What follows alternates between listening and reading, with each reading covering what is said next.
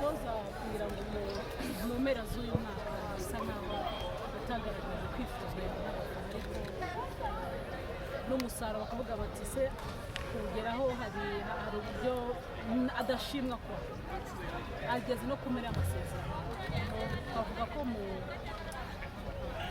kuba agiye kugenda mu byishimo ntabwo aragenda cyane we ariko turi kumwe nawe ntawe arajya afite amasezerano yakoze ubu inyuma ya shampiyona tuzashaka ku meza turebe gusa twamushakaga nimba aragezeho ibindi bimwe muri byo rimwe na rimwe ni amasantima yacu tugira ukareba umuhanariza n'indi kwanza ese ni umupira w'amaguru umukunzi wa ese umutoza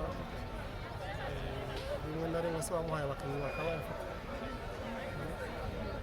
ibyo bakinaha umuntu wese umaze imyaka 10 muri shampiyona akina umuto muri bo abakinnyi ba APR bamaze imyaka iri mu kubigisha umutoza rero araza gufasha ariko nawe ugomba gukora rimwe na rimwe ntabwo twamwigizayo kuko niwe ahuza izo tara ntabwo twamwigizayo ariko n'abakinnyi nabo bagomba hanyuma bira urugendo rwo gutwara igikombe rurarangiye ruraza gukomezanya na Unbeaten cyangwa se Unbeaten nayo irarangirira ahangaha tubereye byiza twakomeza tudatsinzwe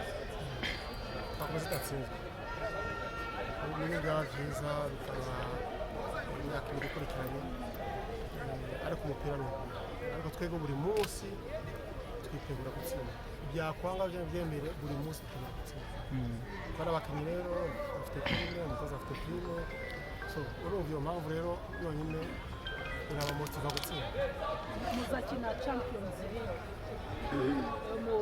mumaze n'iminsi mutitwara neza perezida mwatangiye kurambagiza hari bivugwa ko mwatangiye no kumenya niba ari byo ariko mugira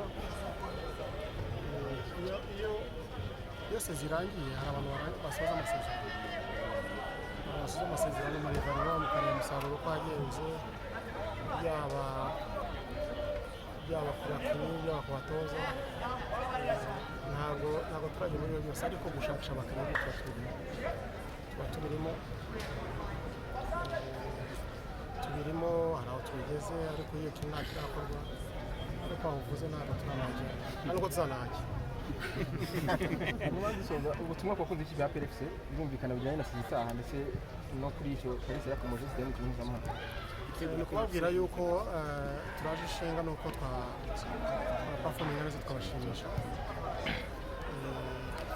iyo babona resultat bamenye ko natwe tuba twagerageje gukora ibishoboka byose icyo dukomeza kubasaba ni uko nk'uko bafanye uyu munsi bakomeza kuza bagashakira ikipe yabo ikipe ni iyabo kurusha umutoza kurusha umukinnyi ekipe ni iy'abafana so iyo rero uko bakomeza bagasapota ikipe yabo bagasapota abakinnyi babo nicyo tubasaba ariko twizeza yuko ibyo dukora byose tuba twifuza kuba twakubaka ikipe yubashwe yaba muri region ndetse no muri Afurika nibyo tugerageza kubaka hanyuma igikombe cyo kiratwawe hari ibirori muteganya ku munsi wo kucyakira ntabwo byabura tuzamenyesha igihe tuzabikora hari event duteganya ndetse bibaye ariko tuzabamenyesha muzabimenya kuko murabafatanyabikorwa bacu bajya muri patena bacu nakongera kubashimira maze mudufashe kubaka umupira objective apana subjectives ibyo abantu bavuga hariya sinzi we bavuga ngo wape ngo ntabwo yeruka guhera amaze abicuruza kuba imagine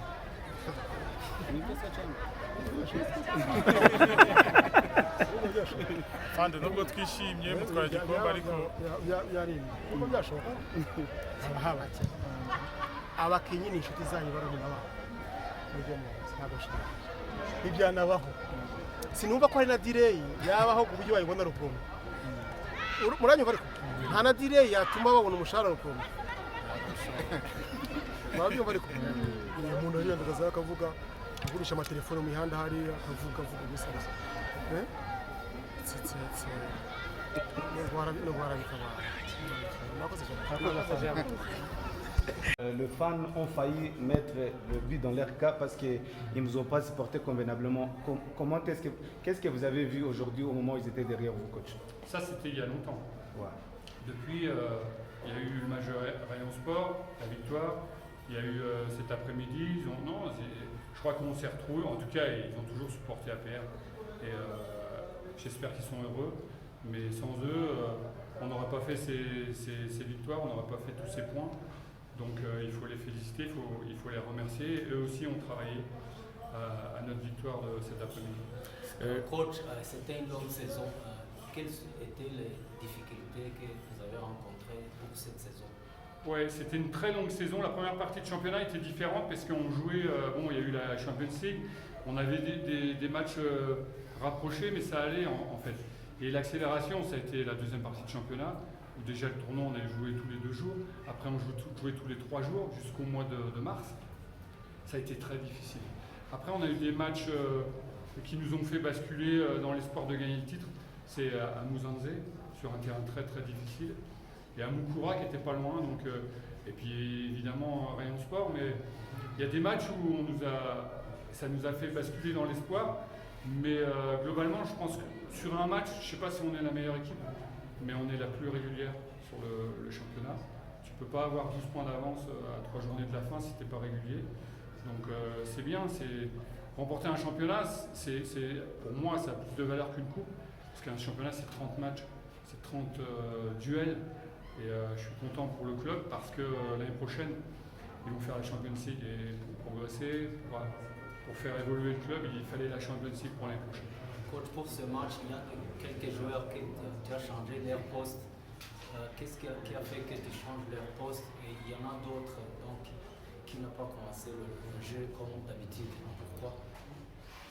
Je ne sais pas de qui vous parlez, mais changer de poste, moi j'ai toujours fait ça et on me l'a reproché.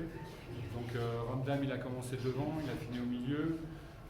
Claude, il est latéral, il a fini au milieu. Voilà, c'est le football moderne, c'est un peu ça. Il faut changer les postes.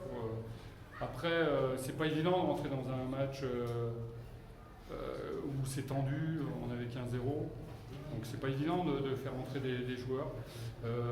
J'ai fait rentrer Yannick parce que Baka était cuit. Mais voilà, je pense que globalement, je crois que tout le monde a joué. Et même si vous jouez 5 minutes, c'est 5 minutes où vous êtes champion. Coach, que l'âme de l'illustre disparu repose un peu, mais malheureusement il n'est pas là. Il n'y a pas quelque chose que vous pouvez dire au sein de la famille de celui qui n'est plus avec nous? Ouais, je crois que tout le monde a joué pour lui, tout le monde s'est préparé pour lui. Bon, le match d'avant, on a un peu fauté, en tout cas sur la première mi-temps dans ce domaine-là. Et on avait envie de faire quelque chose pour lui. On pense toujours à lui. Quand on est à Chirongui, sa chambre, on sait où elle est vide. Donc voilà, c'est triste et j'espère que là où il est heureux parce qu'il a travaillé aussi, beaucoup travaillé. Merci beaucoup. La dernière question. Et voilà. Comment ça